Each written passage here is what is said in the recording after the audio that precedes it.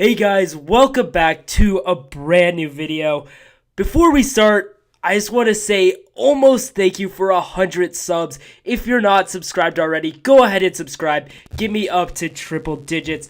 But anyway, today's video, we are going to be taking a look at this deck right here, a Miner Mortar bait deck. So obviously we have the Miner and Mortar in this deck, but we also have 4 different bait cards: Bats, Minion Horde, Goblin Gang, and Spear Goblins, which can all do a ton of damage if left unchecked. We also have the Zap as our only spell, and we have the Ice Golem as a secondary take unit to the Miner. So that's the deck. Let's go ahead and jump into some battles and see how we do with this Miner Mortar deck. So in our first battle, we are going to be going up against a fellow bait user. This guy isn't going to have the mortar though, so we have a huge advantage. Going to start off with a goblin barrel.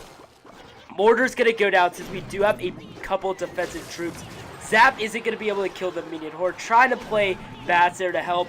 Mortar is able to get 2 shots off, so I can't be too mad about how we played it right there. Starting off pretty well. Spear Goblins are going to take out that Valkyrie. We have 2 left. That's going to get a bit of chip damage. Playing that Miner up front. Spear Goblins are going to slowly chip away. Now we got to find a way to take out those skeletons. Ice Golem is going to explode and kill everything right there. So we are looking pretty good a minute into this battle. Here goes another Goblin Barrel. We're going to counter with Goblin Gang instead of Zap just to switch it up a little bit. Goblin Gang can completely counter Goblin Barrel if you play it as soon as you see the barrel flying over. Gotta play a defensive mortar here just because we had no other counter to the wizard. It's also going to help us later on when it still has a bit of health and can counter a lot of other cards there. Played some quick Spear Goblins, getting a bit more chip damage onto the tower. The name of this deck is chip damage. Want to get as much chip damage as possible, slowly but surely. Miner's going to add on a little bit more before getting shut down by the mini P.E.K.K.A. Luckily, we have more than enough cards to counter the mini P.E.K.K.A. like the Goblin Gang right there. Ice Golem there to distract the E-Wiz as well. And we're going to go ahead and send in a Mortar as he throws down the Goblin Barrel, giving us a huge elixir advantage and my opponent having nothing to counter the Mortar. Tower is going to fall right here. He just did not have the elixir to shut that down. And right there, we're taking the tower just as we hit double elixir. There goes an honestly absolutely terrible skeleton army. Spear Goblins are going to shut that completely down. And we're going in hard here. Minion Horde, Miner, and Mortar going to close it out there. Second tower is going to go down. I don't know why my opponent did not play the wizard there, but we're not complaining. We got the 2-0 lead now, and basically there is no way we are going to lose this battle with 30 seconds left. He'll have to take both of our towers, and our deck is defensive enough that we can shut him down. Defensive Mortars going down again, shutting down that wizard and Valk. Minion Horde on the wizard while it is distracted by the Mortar, and we're looking real good. Wizard is going to get distracted by the Ice Golem, and all of my cheap swarm units are going to go in there, take it out, but we're in the closing seconds. This game is going to end, and we're going to get a very, very solid 2-0 victory in our first battle. Let's go ahead and jump into number 2 here. We're going to be going up against a very classic Hog Cycle deck featuring the original 2 legendaries, Ice Wizard and Princess. We should be okay though. Honestly, Cycle decks are not great against defending against the Mortar, so we definitely have an advantage here. Ice Wizard is going down. We don't have a lot of elixir, so we can't push hard. Better to just wait for my opponent to play some stuff, make some mistakes like he does with the minions there, which gives us a huge elixir advantage. We're up 4 elixir right there, and he's going to spend it sending that hog in. We're going to play a defensive Mortar here, which is more than enough to shut down the Hog Rider. Ice Wizard is also super low on health. The Ice Golem, unfortunately, was played a bit too close to him, so he's going to stay on the bridge. Spear Goblins aren't able to do much. The Ice Wizard is going to shut him down. But again, we are holding that elixir advantage, especially when my opponent plays that pointless Princess. Goblin Gang's going to do a bunch of work there on the left tower. Goblin Gang always counter, guys. It might be a 3 elixir card, but it can do hundreds in damage if left uncountered. My opponent doesn't have a direct counter to the minion horde, so I'm going to play it right there. Play a mortar that it can defend. Hopefully, there goes some minions. Level 13 Zap is able to take those guys out. Here comes the Hog. We're going to counter with the Goblin Gang. Mortar is able to get a couple shots there on the tower. And the tower is about halfway gone now. Looking pretty good halfway through the battle. My opponent has barely even touched my tower, which is a great sign here. Miner is going to go over, hoping to protect some of those goblins. Unfortunately, it was a tad bit too late. But we are able to get an ample amount of chip damage there on the tower.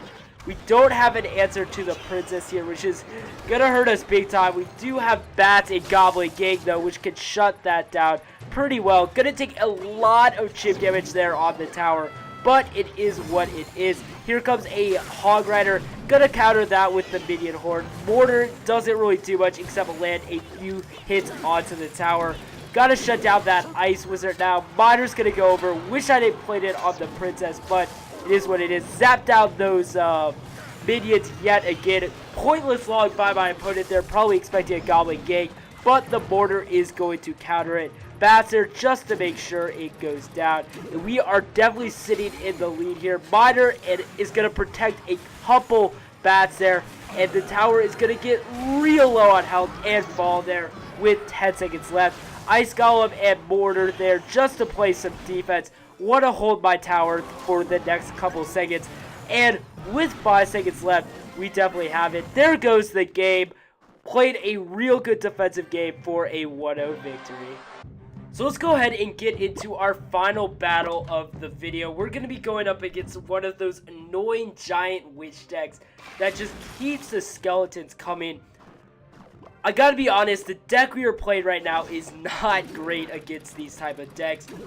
We don't have a lot of cards that can counter splash units like the Witch, but we're gonna do our best, see what happens. Setting up the Mortar there against the Witch ends up being.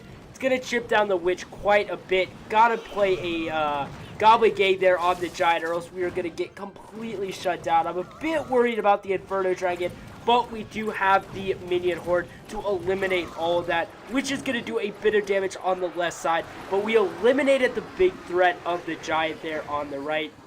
Late and poor poison from my opponent, but it was soon enough that the minions are going to die and not get too much damage there on that right tower.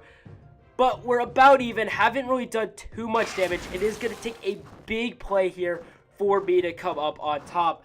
I ideally want to get past that poison since there's no counter to the minion horde besides the poison in this guy's deck.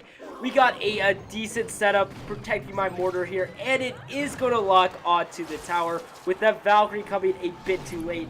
Good zap there, though, is going to reset it to target the Valkyrie yet again. And here comes the minion horde, shutting down the Inferno Dragon.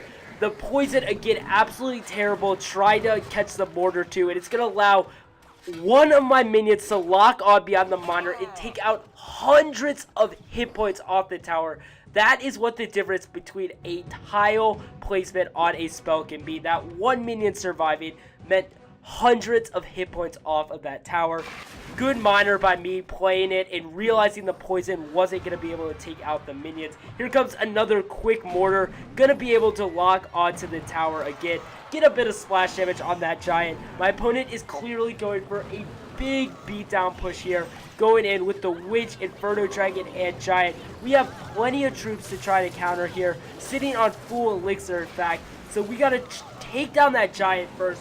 Gonna distract everything with the Ice Golem. Poison's gonna be a bit too late, and at this point, it's only the Inferno Dragon and Witch left. Something that we could easily take out. We got Bats out on the Witch. Take out the Inferno Dragon, too, and Giant, in fact, is gonna get shut down as well. Thanks to the Minion Horde, which doing an okay job of cleaning it up. Ultimately, my minions are stronger without the zap, and we just gotta defend here for the next 10 seconds.